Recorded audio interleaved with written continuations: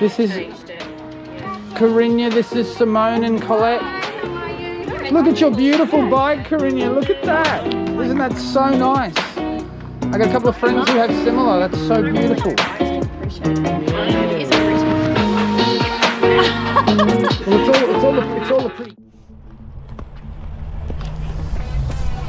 As I like to say, how'd your day go? Back in the Badlands. Yeah? Bring it on. When we're out on one of those big hilly courses, I'll say that more often, but here we are, pure speed.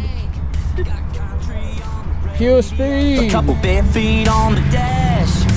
You know where we're going, somewhere off the map. There's a blacktop we can burn up. We ain't looking back, 'cause I got wheels spinning around. Put the pedal on down. And this is Ted. Every 3 laps of the K. And a 2-inch lift, a little dirt on my rims. Shotgun seat with you looking so good in it. I got wheels. Little break in winter at lunchtime, isn't it? Just warm enough to enjoy it. Just to feel that little bit of heat. Yeah, both of your saddles need to come up. Your bum needs to be higher. Yeah. Bouncing across the floodways with you next to me. Just enough to feel it. You can deal with it fine. I got wheels spinning around. Put the pedal on down. 3 gentle warm-up loops, nice and slow. We're just warming up, Simone. And a 2-inch lift, a little dirt on my rims. Shotgun seat with you looking Stay on until next time they go for a run, yeah? No cars, no cars.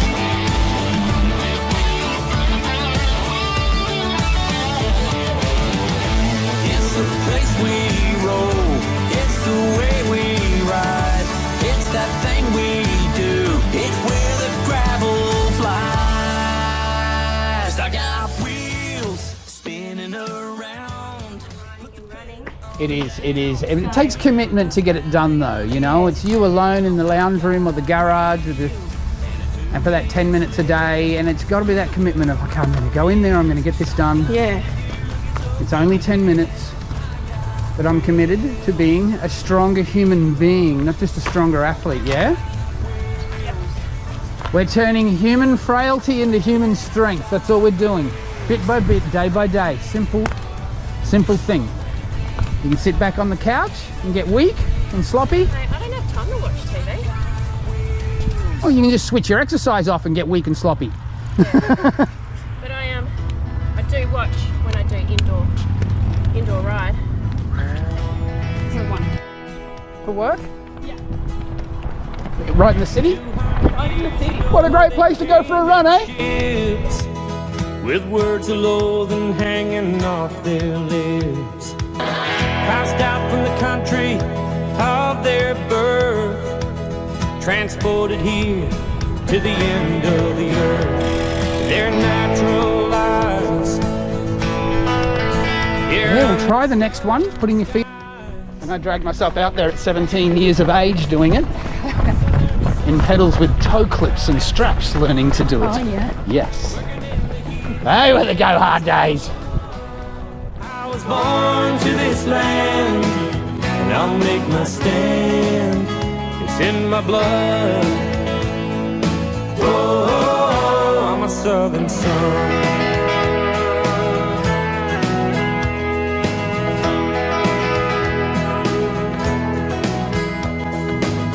They push the rail across the great divide. We got to save something in the tank. This is number and in 2. this arid land they lived and died.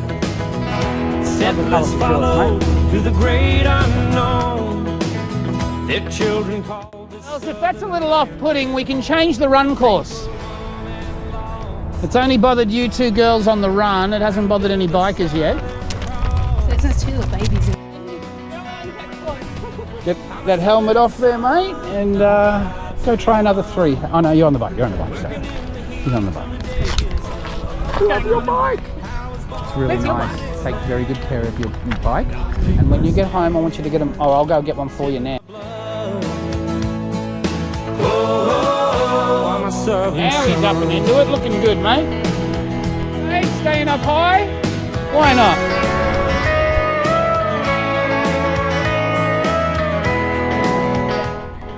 Starting to feel better out there on the bike? Warming up into it?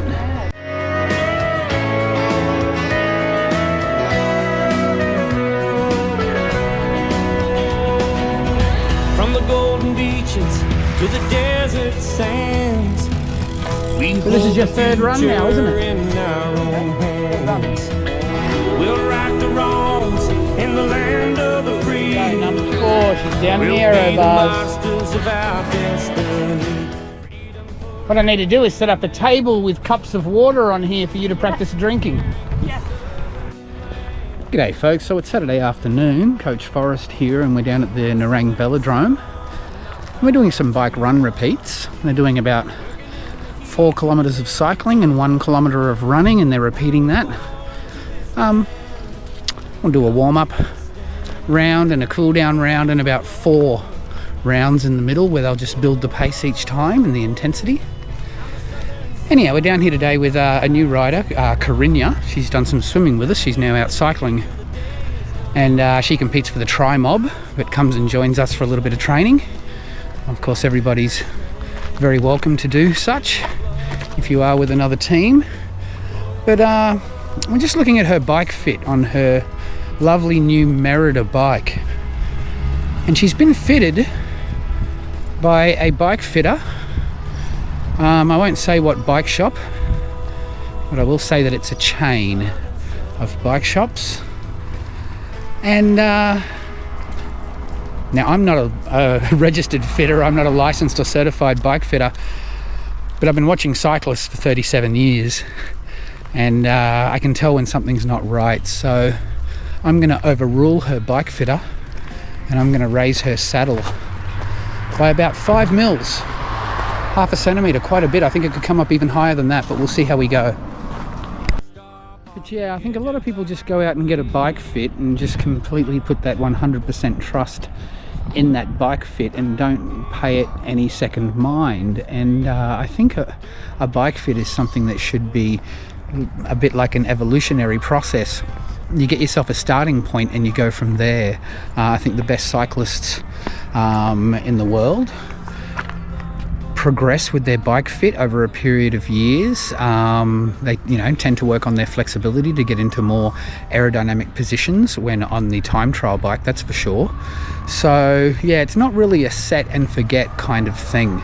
It's something that should be experimented throughout the season, especially in the off season when you're not racing so much and you've got the time to experiment with new things. How are we feeling? Check the oil and fill her up. Oh, that's cool. What is it? Look at this. Well done, Colette. All right, mate. While you're having a run, I'm going to tinker with your bike just a little bit. Yeah, just pop it inside if you can there, mate. Yeah, so I've just taken a look at Corinna's bike here, and we were looking in here at the bolt, and I noticed it's quite loose. So I think what's happened is her bike, since being fit, in some way has loosened a little bit and it's slipped down half a centimetre or so. So that's a really good a good little lesson there, to always mark your seat post, maybe with a white marker.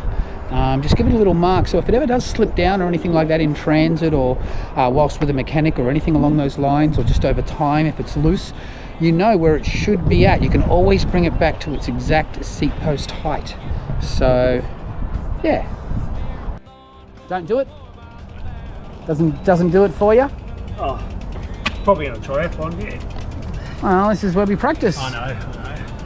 It's changing so many times. I suppose it's Yeah, well, it's over and over and over. It's great practice. Colette's learning now. Colette is learning how to get in and out of her shoes while they're still hanging off her pedals. That's a crafty little trick, mate. I can remember the day very, very clearly when I learned to do that myself. Yes. And it's not easy, it is a bit tricky, but then over and over. Leave the shoes on the bike, on the pedals, and each time you go for a ride. Yeah, triathletes tend to get the dirty straps here from the chain, but you can actually cut those. You can get a big pair of scissors and cut right through there so they're not so flippy floppy and dirty. You good, mate? There goes the elastic laces, hats on. Is this number 5? Number 5. 4K bike, 1K run, 5 times through.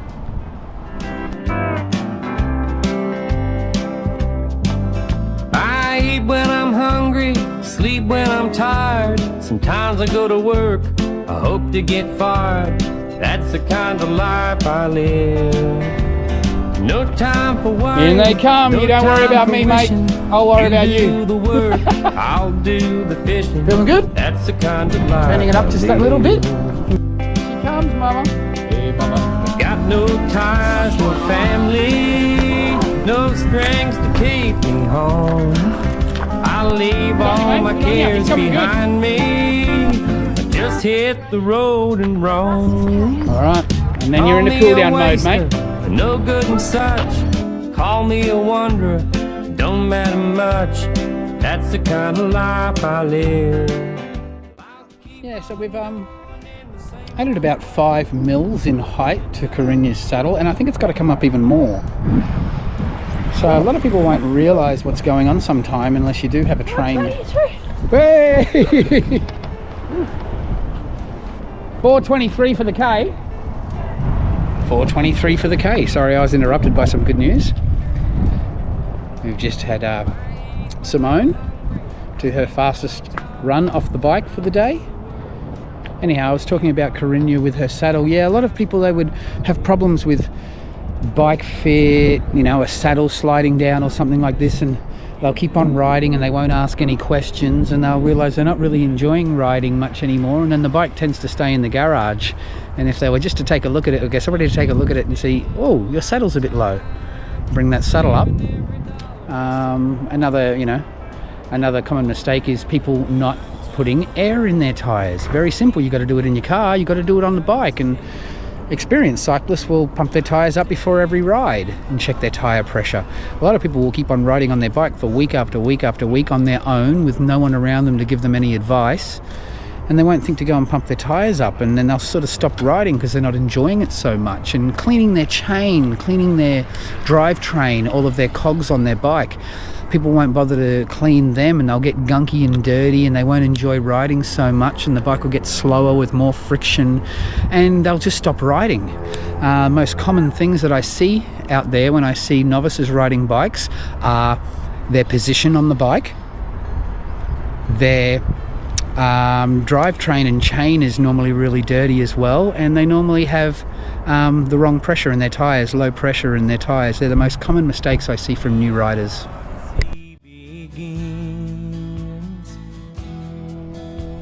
Yeah. Let's lift that up a little bit higher, shall we? Yeah, so there's a little hint of spring in the air, and the plovers have had some babies down in the middle of the track. They do it every year, and so they're getting a little territorial. Some of our athletes have had a swoop or two. Plovers don't tend to be as aggressive as the magpies that we get a little later in the season. Give it another month and we'll have the magpies out here swooping around all of the cycle tracks around the Gold Coast and all around Australia. More dangers of riding a bike in Australia. It's a crazy, scary place. Cool down time. Nice to get out here without any cars or traffic, isn't it? Put your head down and go. But yeah, another. We're done. Yep, you're good. We're done. Cool down time, mate.